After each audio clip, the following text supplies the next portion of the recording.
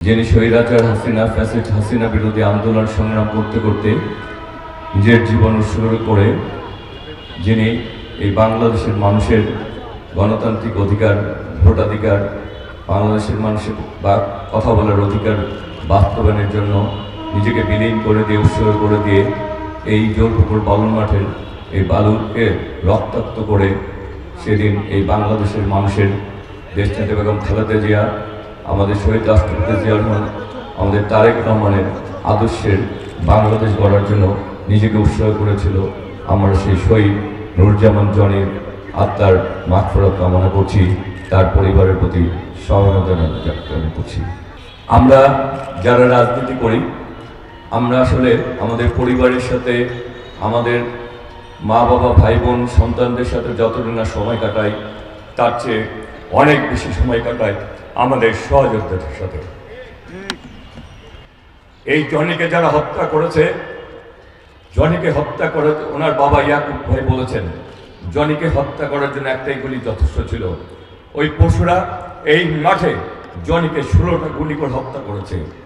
তার মানে সেই সময় যারা প্রশাসনে চাকরি করত, তারা দালালি করতে করতে কোন সময় মানুষ থেকে পশুতে রূপান্তরিত হয়েছিল তারা মনে নিজেও জানতো না।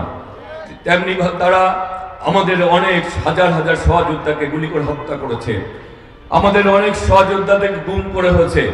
আমাদের সবুজবাগ থানা ছাত্র দলের সুজন, আমাদের এক ওয়ার্ডের সভাপতি ফরহাদ, তাদেরকে আমরা এখনো পাইনি। আমাদের অনেক সহযোদ্ধাকে আমরা হারিয়েছি, অনেক সহযোদ্ধাদের জীবন স্বপ্নগুলি তারা পঙ্গু হয়ে নষ্ট হয়ে গেছে। অনেক সহযোদ্ধাদের রক্তের ঋণের কাছে আমরা দায়বদ্ধ।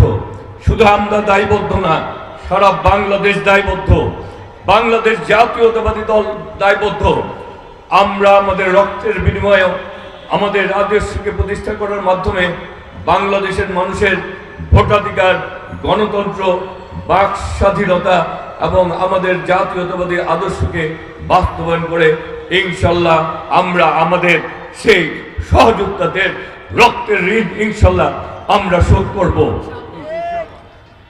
আমরা বলতে চাই, এদেশের জন্য যারা শহীদ হয়েছেন, এদেশের যারা জন্য যে সকল সহযোদ্ধারা নিজেদেরকে বিলীন করে দিয়েছেন, যে সকল সহযোদ্ধারা জুলাই আগস্ট গণ অভ্যুত্থানে ছাত্র জনতা রক্ত দিয়েছে, আমাদের শহীদ শরীফ ওসমান হাদি যিনি গণতন্ত্র এবং ভোটাধিকার প্রয়োগের জন্য আত্মহত্যা দিয়েছে, আমরা মনে করি তারা বাংলাদেশের সূর্য সন্তান।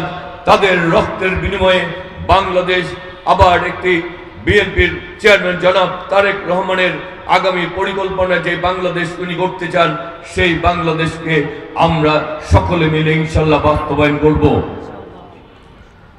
আমরা অনেক সহযোদ্ধাদের লাশ নিয়ে আমরা কবরস্থানে গিয়েছি, অনেক সহযোদ্ধাদের লাশ নিয়ে আমরা হাসপাতালে গিয়েছি, অনেক সহযোদ্ধাদেরকে পরিবারের কাছে তাদের লাশ, তাদের সন্তানদের লাশ আমরা বহন করে নিয়ে গেছি। এখনো ডাকলে সেই সকল পরিবার আমাদের ডাকে সাড়া দেয়। অনেক এখনো যখন আমরা সেই সকল সহযোদ্ধাদের পরিবারের কাছে যাই, তাদের বাবা মারা, তাদের সন্তানরা আমাদের কাছে ছুটে আসে। আমরা যারা এই জাতীয়তাবাদী দল করি, তাদের কাছে আমি অনুরোধ করতে চাই, আপনারা সকলেই আপনাদের একজন ভাই হিসাবে তাদেরকে আপনারা সকলেই পাশে রাখবেন। তাদেরকে কখনোই, আমি যতদিন বেঁচে থাকবো, আমি আপনাদেরকে কথা দিচ্ছি, আমার ভাইয়ের প্রতি যেই সম্মানটুকু করি, যে স্নেহ করতাম, আপনাদের আমার বাবা মাকে যে স্নেহ করি, আপনাদেরকেও সেই শ্রদ্ধা এবং ভালোবাসায় এবং সারা জীবন আপনাদের প্রতি সেই ভালোবাসা ইনশাল্লাহ আমাদের থাকবে, আপনাদেরকে আমি কথা দিচ্ছি।